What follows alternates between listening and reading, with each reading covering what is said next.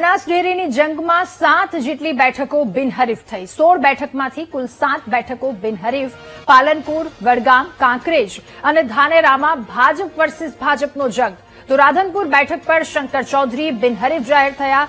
અમીરગઢ બેઠક પર vice chairman Bhavabhai Rabari બિનહરીફ જાહેર થયા। તો સુઈગામ બેઠક પર વર્તમાન ડિરેક્ટર મૂળજીભાઈ પટેલ કે જેમનું નામ બિનહરીફ તરીકે સામે આવ્યું। થરાદ બેઠક પર પરબતભાઈ પટેલ બિનહરીફ।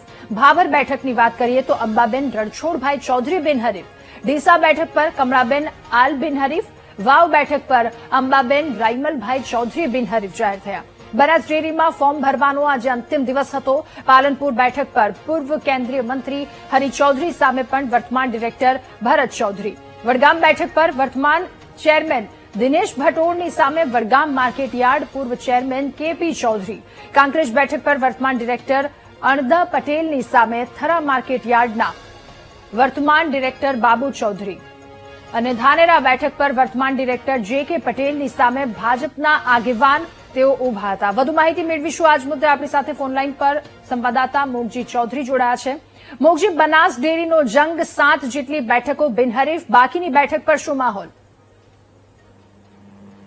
જે પ્રમાણે બનાસ ડેરી ચૂંટણીમાં આજે ફોર્મ ભરવાનો અંતિમ દિવસ હતો અને અંતિમ દિવસે 7 જેટલી બેઠકો બિનહરીફ થઈ છે। જે પ્રમાણે રાધનપુર જે બેઠક હતી ત્યાં શંકરભાઈ ચૌધરી જે વર્તમાન ચેરમેન હતા તે બિનહરીફ થયા છે। અમીરગઢ બેઠક ઉપર ભાવાભાઈ રબારી, સુઈગામ બેઠક ઉપર મૂળજીભાઈ પટેલ, ડીસા બેઠક ઉપર કમળાબેન દેસાઈ તેમજ થરાદ બેઠક ઉપર પરબતભાઈ પટેલ, ભાભર બેઠક પર અંબાબેન ચૌધરી સહિતના જે 7 જેટલા જે ઉમેદવારો હતા તે બિનહરીફ થયા છે। તો બીજી તરફ જે બેઠકો છે 6 જેટલી બેઠકો ઉપર ચૂંટણી જંગના એધાણ પણ જોવા મળી રહ્યા છે।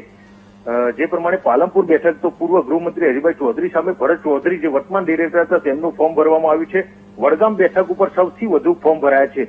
વડગામ બેઠક ઉપર 7 જેટલા ફોર્મ ભરાયા છે। વર્તમાન ડિરેક્ટર દિનેશભાઈ ભટોળ જે હતા તેમના દ્વારા ફોર્મ ભરવામાં આવ્યું છે। તો સામે માર્કેટયાર્ડના પૂર્વ ચેરમેન કેપી ચૌધરી તેમજ જે ભાજપના આગેવાન છે ફલજીભાઈ સહિત 7 જેટલા ફોર્મ સામે આવે છે। એટલે કે વડગામ બેઠક ઉપર ચૂંટણી જંગ જાગે તેવી અત્યારે શક્યતાઓ જોવા મળી રહી છે। તો બીજી તરફ જે દાંતીવાડા સીટ છે, દાંતીવાડા વર્તમાન ચેરમેન પીજે ચૌધરી સામે જે દિનેશભાઈ ભૂતળિયા કરીને જે છે તેમના દ્વારા પણ ફોર્મ ભરવામાં આવે છે જે ભાજપના આગેવાન છે। એટલે દાંતીવાડા બેઠક પર પણ ચૂંટણી યોજાય તેવી શક્યતાઓ જોવા મળી રહી છે। દાંતામાં પણ 2 ફોર્મ જે આવ્યા છે સામે, તો દાંતામાં પણ ચૂંટણી યોજાય તેવી શક્યતા છે। ધાનેરામાં પૂર્વ ધારાસભ્ય અને બનાસ ડેરીના વર્તમાન ડિરેક્ટર જે દિગ્ગજ નેતા કહેવાય છે જોઈતાભાઈ પટેલ સામે અન્ય એક જોઈતાભાઈ પટેલ જે ભાજપના આગેવાન છે તેમનું ફોર્મ સામે આવ્યું છે। એટલે કે ધાનેરામાં જે બિનહરીફની શક્યતાઓ જોવા મળી રહી છે ત્યાં ચૂંટણી યોજાય તેવી અત્યારે પૂરેપૂરી શક્યતા છે।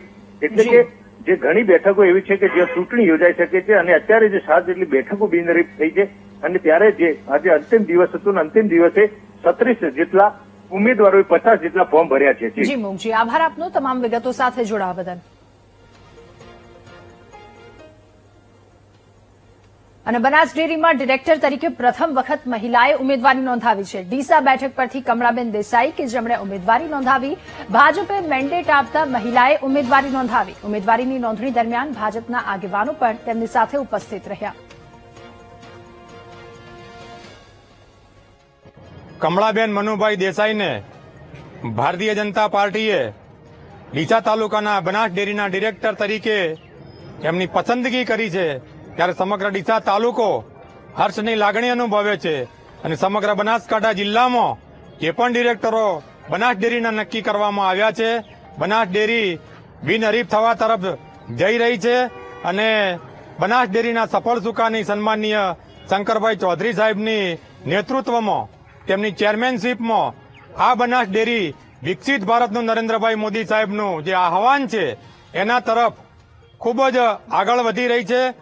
આ પાર્ટીના ઓલા તરફથી મેં ફોર્મ ભરાયું છે। હું આભાર માનું છું શંકરભાઈ ચૌધરીનો, ખૂબ ખૂબ આભાર।